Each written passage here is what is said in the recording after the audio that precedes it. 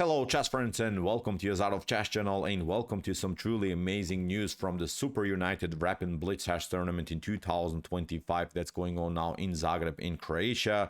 We have now the winner of the Rapid section and it's Gukesh D, the top grandmaster, the current world champion from India. Really crazy things happen in this event because actually Gukesh lost the first round against Nc3 Be7, but then he had 5 consecutive wins, and I think the most important win for him was the win with the black pieces against Magnus Carlsen, which was really crazy. Gukesh, out of the 9 rounds that he played so far, gained 6 wins, 2 draws, and only 1 loss, as I mentioned in the beginning. And what's also very important, Gukesh gained almost 33 rating points, which is very important for him because Gukesh didn't have before this event such a great rating in rapid chess. In classical chess, of course, Gukesh is always in the top 10 at least, but now he, I hope, can get into the 2700 rating level and maybe also gain 2800 ratings. Who knows, because I think rapid was not so good for Gukesh, but you see he can play rapid chess for sure and is now this really deserved winner of this truly amazing chess event so far. And I've sorted out now the last game from the rapid section, in which Gukesh played with the white pieces against top grandmaster Wesley with the black pieces in a beautiful idea of the Nimzo-Larsen attack. The Nimzo-Larsen attack is, I think, a very solid approach with the white pieces. You probably not win immediately games in the Nimzo-Larsen attack. It's not an aggressive opening, it's, I think, more of a positional opening. But if you want to study maybe something with the white pieces, this could be maybe your home preparation, especially because here you also witness an amazing theoretical novelty here introduced to us by Gukesh D. So let's see now what happened. With white, the Gukesh opened with the move knight to f3. The Wesley Soul's response was d5. We have now the Nimzo-Larsen attack with move b3 and now c5 by Wesley. We have now e3, preparing in some lines d4, or if necessary, maybe we can be aggressive also with the move c4. Whatever the position is allowing you so far, it's perfectly fine. We have now a3 by Wesley, trying to expand here on this side of the board, and now c4 immediately by Gukesh, not allowing this scenario to happen here on the queen side. We have now d4, which becomes now sort of a reverse Benoni idea, I would say. It's almost like white is playing a similar structure when you play with the black pieces, maybe the Benoni defense. Now Gukesh is challenged immediately here in the center of the board, but now he plays a beautiful idea. Bishop to a3 hits now the weak pawn on c5, and I think now already a critical moment happens in the game. Maybe not such a big moment, but I would say this this idea here that Wesley played with queen to b6 is okay. When it comes to computer evaluations, it is perfectly fine to play queen to b6 and protect your pawn on c5, but I think the more accurate approach to the game would be to play queen to c7, because queen to c7 actually allows you in some lines, maybe you play g3, then you can expand with the move e5. The queen on c7 not only would protect the pawn on c5, it supports also the potential progress of blacks here in the center of the board. As I said, queen to b6, nothing wrong with this move, but it leads into complication because Gukesh immediately plays in move 6 an amazing theoretical novelty with the move g3. And you see now the issues about the move queen to b6. Knight to c6 here by Wesley, perfectly fine. We have bishop to g2, bishop to g4, and now comes h3. And here, believe me or not, Wesley already makes his first inaccuracy in the game. He plays bishop to h5, which again seems like a logical idea. You want to keep your pieces on the board, you want to keep your bishops on the board, but the issue is now you'll never be able to battle again for the e5 square. You want to play e5 here, you want to really expand in the center of the board. For instance, a better idea would be to play simply bishop takes f3 here instead of bishop to h5, because now after queen to f3, now you have your expansion with e5, and in some crazy lines maybe white can try e takes d4, but then you play an aggressive knight takes d4. You allow here white to take the pawn, but then when you attack the bishop, there's also the problem of knight to c2. So as I said, this isn't over already. In the continuation, maybe king to d1 can be played, and okay, white will probably trap the knight knight on a1. But this was maybe a more solid approach for Wesley to go into the game. After bishop to h5 instead of bishop to f3 that he played, as I mentioned, he's not able to play this move e5 anymore in the continuation of the game, and now here Gukesh immediately plays kingside castling. So you cannot even pin here with knight to e5 because g4 will happen, and then I don't know, knight to f3, bishop queen to f3, bishop to g6 leads now into complications because the pawn is hanging. So after castling here Wesley tried d takes e3. After d takes e3 we see now the issue of the pawn on c5. Still it's a weakness. Still the queen is stuck to the defense of one single pawn in the game, which is not, of course, how you want to play with your queen. The queen is supposed to play freely. Now after d takes e3 here we have e6, and again I'm pointing out moves like knight to e5 are never really working because of the same problems that we have discussed, the issues around the square b7. After d takes e3 we have e6 now by Wesley trying to develop, and now normal stuff here by Gukesh, knight to c3, bishop to e7, queen to e2, f5. Here Wesley is trying finally maybe to bring this bishop into the game, to maybe be also aggressive with potential e5 move, but now queen to c2 played by Gukesh. There is maybe a better idea here for Gukesh. Gukesh is already much better in this position. The computer evaluation is almost 1.5 in White's favor.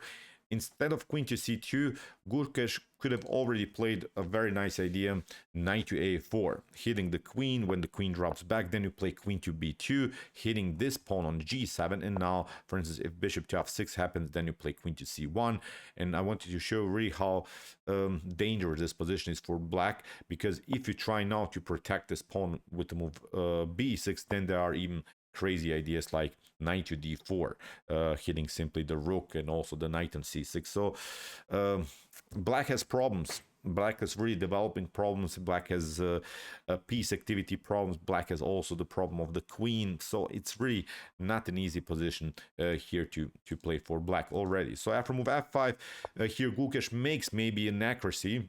The engine says this is not a good move by White, but even in this line, again, White is much better. I wanted to really point out how beautiful already this position is for Gukesh. So queen to c2, knight to f6, now Wesley develops, and now knight to g5. Normal stuff, hitting simply the pawn on e6.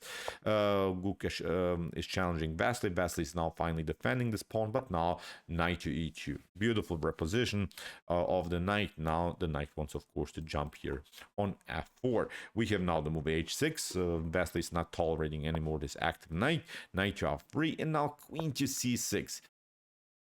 Dangerous stuff here by Wesley, getting in front of the light square bishop like this, but the queen doesn't have really good moves at all. So you can play maybe instead of queen to c6, knight to c6 again, but then knight to f4 can be played here by Gukesh. Even if you try to protect it, then you pick up this one. And now I wanted to again point you out new weaknesses in black's position. The light square problems are also present here after potential g4, for instance. In some lines, moves like queen to g6 could happen again.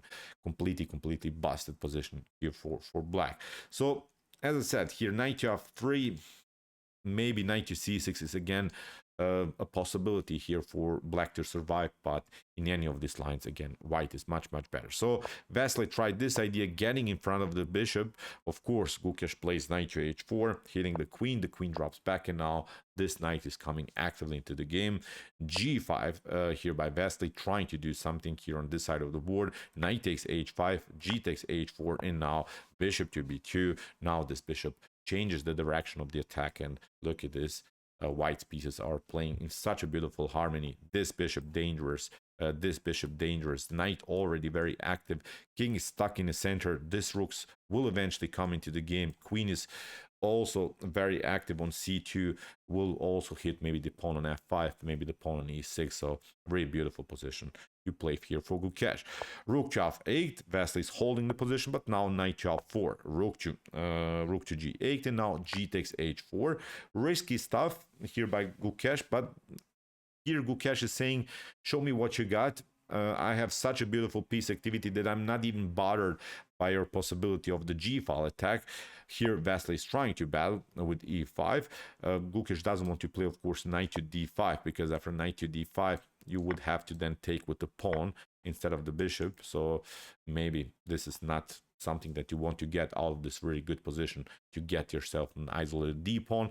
That's why here knight to E2 instead of knight to D5 by Gukesh. After E5, knight to E2, we have now to move E4, and now knight to G3. Simple stop here by Gukesh, simply attacking for the weaknesses in black camp. We have knight to C6, knight to F5, and now queenside castling.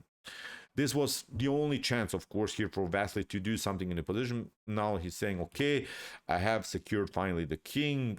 I have something here to attack on the G file. What I want to do is maybe somehow include further attackers in the game. But now Gukesh shows here his great attacking skills. He plays really an interesting move, which I have to admit I would not even consider maybe to play. He plays now bishop to F6. Gives up now his bishop pair, which of course you don't want to play in any other position, because in an open game you want to have your bishops crossing all over the board. But this move is really brilliant because it allows here Gukesh to simplify the game. After bishop to F6 and rook to D1, he's simply targeting now the weakness on H6, and he wants now to lock the position on the G file by playing the move knight to G4. When the knight was on F6, obviously this wasn't possible. So that's why I really loved Gukesh's choice to give up the bishop for a knight and continue simply the pressure against this pawn, against this pawn. Simplification is also an idea here, trading off everything and basically going into a favorable endgame. So here, queen to e5, knight takes h6, rook takes g2 by Wesley. Desperate try, of course, but you have to do something in order to keep your opponent occupied somehow. King takes g2, even if you try, I don't know, knight to b4 instead of giving up the rook here, then you play queen to e2, and again, there is a possibility of knight to g4, finally protecting everything here on the king side. So rook takes g2 by Wesley, king takes g2, rook to h8, and now rook to d5. Great counterattack here by Gukesh. Wesley has to step back, and now comes this defensive idea, knight to g4. That's, again, I'm repeating here, the beauty of this move. Bishop takes f6. The knight is not standing there anymore. Knight to g4, bishop to h4, f3. Another good move, I would say, by Gukesh. He has now the advantage because he has the rook for a minor piece, so that's why he's trying now to activate his rook. E takes f3, rook to f3. Now the rook is very, very active. King to b8, queen to f5. Simplification idea, great strategy here by Gukesh. Queen to e7, queen to f7, and now after queen to f4, in this particular position, Wesley saw resigned. So obviously, with up the exchange with this two extra pawns on the king side, this is winning here for White, and fair resign, I would say, here also by Wesley. So great game by Gukesh. He played this game almost in an engine level. One inaccuracy, he had this queen to c2, but he had already a dominant position. Great opening theory here, I would say, with this early g3 move. Theoretical novelty in move 6, never been played so far in chess history. Great opening prep, great middle game strategies, great tactics here by Gukesh. And as we said, he's now the deserved winner of the Superunited Rapid and Blitz in Croatia, here in Zagreb, in this rapid section. Don't forget, still tomorrow they continue with the Blitz section, where they play a double round robin of 18 rounds of Blitz chess. So congratulations to Gukesh. To see for all the maybe chess fans that are criticizing maybe Gukesh's ability to play rapid, this is a perfect response by him. I hope that he can continue to play rapid chess like this, because I think in classical he's really a beast. Now he can maybe also do something in this other section.